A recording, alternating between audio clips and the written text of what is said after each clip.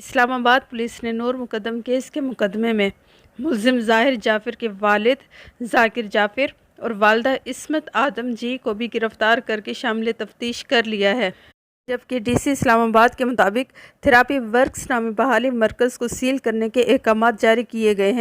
Police نے والدین سمیت ایک چوکیدار اور 2 مزید ملازمین جن کے نام افتخار اور جمیل بتائے جاتے ہیں ان کو بھی حراست میں لیا ہے۔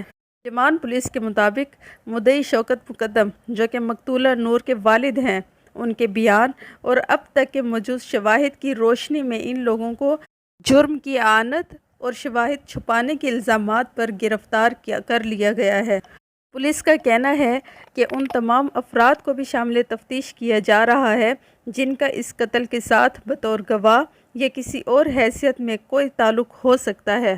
سوال یہ پیدا ہوتا ہے کہ والدین اور تھراپی ورکس کا اس کیس سے کیا تعلق ہے؟ ظاہر جعفر کے والدین کا تھراپی ورکس سن 2007 سے اسلام آباد سمیت دیگر شہروں میں کاؤنسلنگ اور سائیکو تھراپی کی سہولت مہیا کر رہا ہے۔ اس بحالی مرکز نے تصدیق کی تھی کہ ملزم یہاں کورس کر رہے تھے مگر انہوں نے اپنا کورس مکمل نہیں کیا تھا۔ ملزم کے ادارے سے منسلک ہونے کے دعووں پر کمپنی کا کہنا تھا کہ ظاہر کو تھراپسٹ کی حیثیت سے کبھی بھی کسی مریض کو دیکھنے کی اجازت نہیں دی گئی تھی۔ خیال رہے کہ نور کے قتل کے واقعے سے قبل پولیس کے مطابق ملزم ظاہر کی والدہ عصمت جعفر نے تھراپی ورکس میں فون کر کے وہاں سے ٹیم کو بلوایا تھا۔ پولیس حکام نے بتایا تھا کہ گھر کے چوکیدار نے واقعے کے دوران ظاہر کے والد کو فون پر صورتحال بتائی مگر انہوں نے اپنی اہلیہ کو بتایا جنہوں نے آگے تھراپی ورکس سے رابطہ کیا۔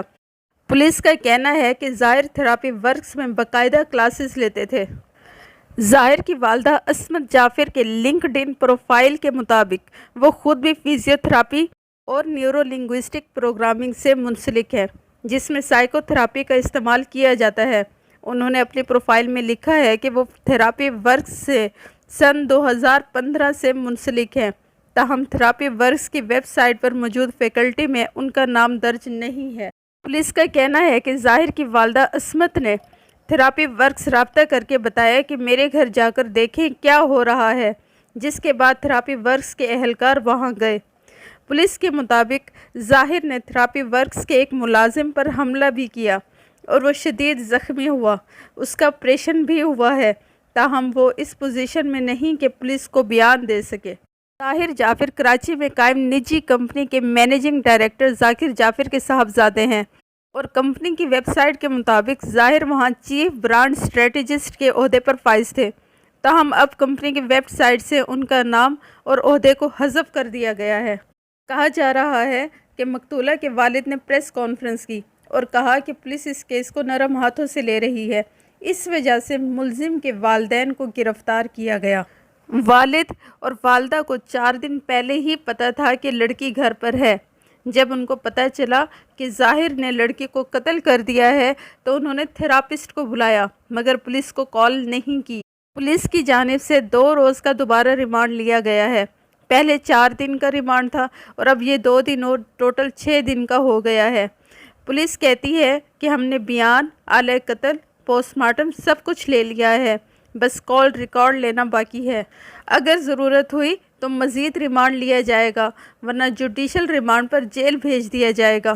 پولیس کے مطابق یہ سب پری پلان تھا، مطلب اس نے قتل کرنے کا ایک پلان بنایا تھا اور قتل کے اگلے دن اس کی فلائٹ تھی اور اس نے ملک سے باہر چلے جانا تھا۔ اس نے اپنے دوستوں سے یہ واردات کرنے سے پہلے کئی بار پوچھا کہ میں ایسا کروں تو میں پکڑا تو نہیں جاؤں گا، تو دوستوں نے اور بڑھاوا دیا اور انہوں نے کہا کہ تم ایک امریکن سٹیزن ہو، تم پر کوئی مقدمہ نہیں ہوگا، اور پھر اس نے قتل کیا۔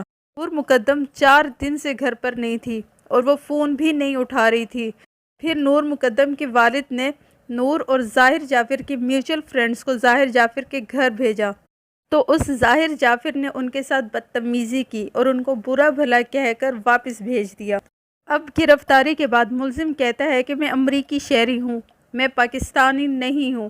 اس سے یہ خیال کیا جاتا ہے کہ وہ حکومت امریکہ کو انوالو کرنا چاہتا ہے اور امریکی شہری ہونے کا فائدہ اٹھانا چاہ رہا ہے۔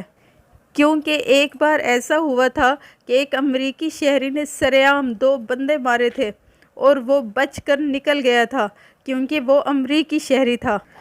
اب یہ ظاہر بھی امریکی شہری ہوگا، اس کے پاس پاسپورٹ بھی ہوگا، لیکن یہ اب پاکستانی قانون سے بچنے کے لیے امریکی شہرت کا فائدہ اٹھانے کی کوشش کرے گا، لیکن حکومت امریکہ اس میں انوالو نہیں ہوگی، کیونکہ وہ شخص جس نے 2 بندے مارے تھے وہ نہ صرف امریکی تھا بلکہ وہ امریکی حکومت کا ایجنٹ بھی تھا۔